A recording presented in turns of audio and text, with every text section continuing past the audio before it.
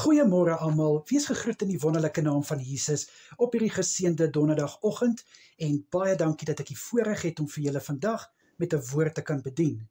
Vandag wil ek met julle gesels om God te behaag. Nou, ons skrifgedeelte kom uit 2 Korintiërs 5 vers 9 wat lees: of ons nou tuis is of nie, ons is daar om hom tevrede te stel. Nou, kind van God, hoe behaag ons God? Of, soos die vers sê, hoe stel ons hom tevrede? Dit is om God se wil te doen, om jou besig te hou met die dinge van God, en natuurlik die God van die dinge, om hom gehoorsaam te wees, om met hom 'n intieme verhouding te hê, en om sy gebooie na te kom, in woord en in aksies. So dit maak nie saak waar jy is nie. As jy God kan behaag, waar ook al jy is, dan is jy alreeds op 'n baie goeie plek.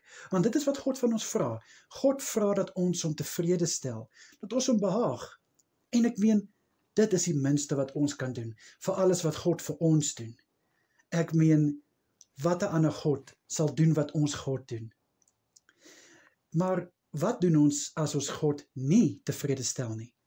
Dit is natuurlik om teen sy wil te gaan, om ons besig te hou met dinge wat heeltemal buite die koninkryk is, om hom nie te gehoorsaam nie, om nie eens belang te stel om 'n verhouding met God te hê nie, om homself te verwerp. Dit is heeltemal teen om God te behaag. So my boetie en sussie, my vraag vir jou vandag is, waar staan jy aangaande om God te behaag? Is jy nog vasgevang in die wêreld? En as jy op 'n plek is waar jy God behaag, doen so voort, hou so aan, en inspireer ander mense om jou, wat nie op daai vlak is nie.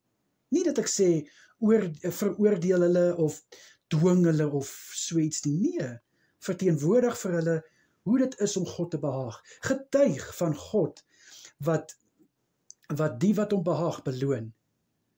En dan het jy klaar reeds die saad geplant.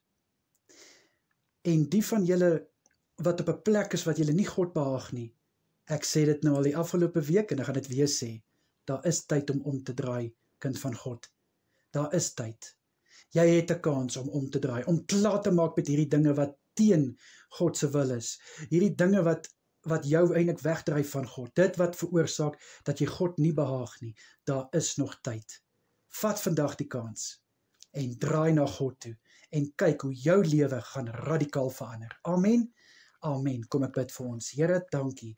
Dankie dat ons U kan behaag met dit wat ons doen, Here. Dit wat in U wil is, dit wat vir U soos 'n soete geur is, sê ek vir U dankie. Mag ons nooit ophou om U tevrede te stel nie. Mag ons aanhou om U te behaag. En ek bid vir die wat nie op hierdie vlak is om U te behaag nie. Vra ek in Jesus Christus naam dat hulle 'n aanraking sal vind, dat hulle voorbeelde sal sien van hoekom dit so wonderlik is om U tevrede te stel. Asseblief, Vader, in Jesus Christus naam is dit my gebed vanoggend vir elkeen. Amen en amen.